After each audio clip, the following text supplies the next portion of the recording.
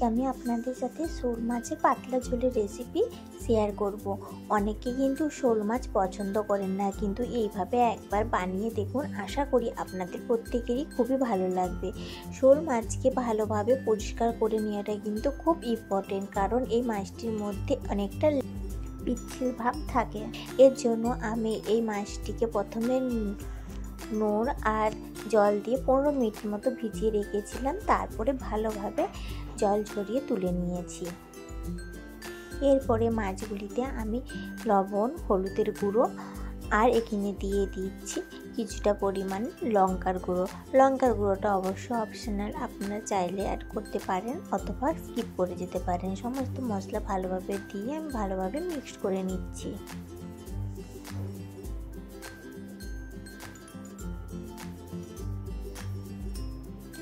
এইভাবে একবার মাছের রেসিপি বানিয়ে দেখবেন।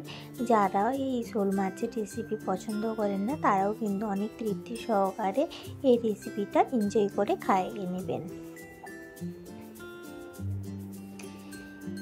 প্রথমে আমি কড়াইয়ে সাদা তেল দিয়ে দিয়েছি। সাদা তেলটাকে আমি বেশ কিছুক্ষণ একটু গরম হতে দিয়েছি। গরম হয়ে গেলে এক একে মাছের সমস্ত পিসগুলোকে দিয়ে দিলাম।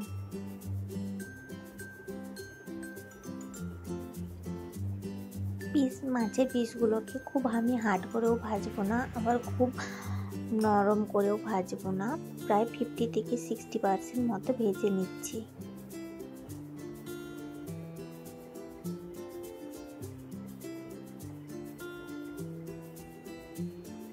আমার এখানে মাছের 2 পিসটাই কিন্তু 50 থেকে 60% মতো করে ভাজা হয়ে গেছে। তো আমি সমস্ত মাছের পিসগুলোকে তেল ঝরিয়ে ঝরিয়ে তুলে নিচ্ছি অন্য একটি পাত্রে।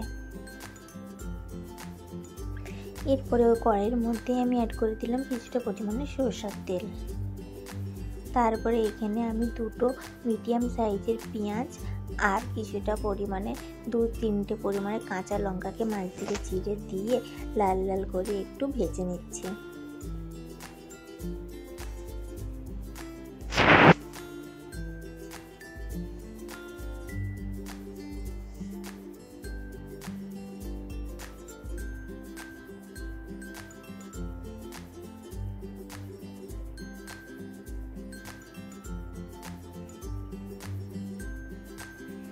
এরপরে পেঁয়াজটি লাল লাল করে ভাজা হয়ে আসলে তার মধ্যে আমি একটা মিডিয়াম সাইজের পেঁয়াজের পেস্টকে অ্যাড করে দিলাম। সেইটাও আমি বেশ কিছুক্ষণ কষিয়ে নিয়েছি।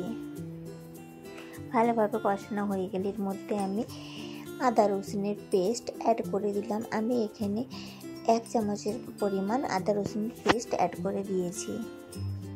আদা রসুনের পেস্টটিকে ভালোভাবে কষিয়ে নিচ্ছি। এখানে অবশ্যই এইরকম অবস্থায় আপনাদেরকে গ্যাসটি মিডিয়াম টু লো এর মধ্যে রাখতে হবে।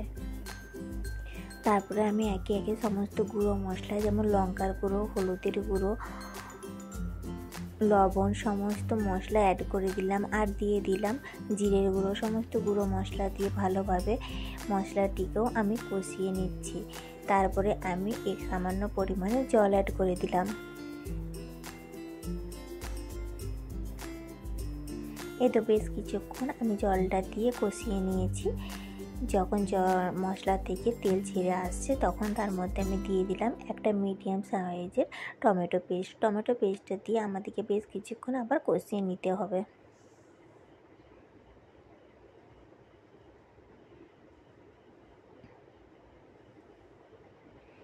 দেখুন, টমেটো পেস্টটা দেওয়ার পরে কিন্তু আমাদের অনেকটাই কষানো হয়ে গেছে। আর গ্রেভির যে কালারটাও দেখুন অনেকটা সুন্দর চলে আসছে, তেলটাও ছেড়ে দিয়েছে।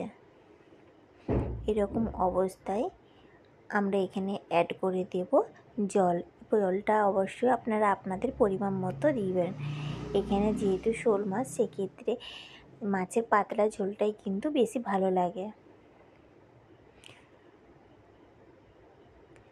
ঝোলটা ফুটে গেলে আমি সমস্ত মাছ ভাজাগুলোকে দিয়ে ভালোভাবে নাড়াচাড়া করে বন্ধ করে দেব। এইরকম অবস্থায় বেশ কিছুক্ষণ আমি হতে দিব। মিডিলে আমি ঢাকনা খুলে আবার নাড়াচাড়া করে নিয়েছি।